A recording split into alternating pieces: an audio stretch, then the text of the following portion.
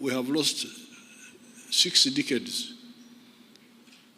And as you can see in Africa, we have got so many problems.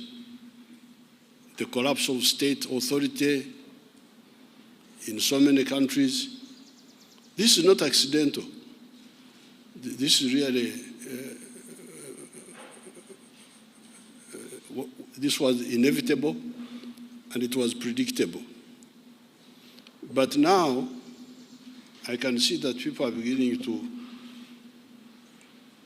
a cluster of actors, including His Excellency President Ruto and other actors, are beginning to see the way forward. And really the historical missions, according to we who have been in this for long, after many years as a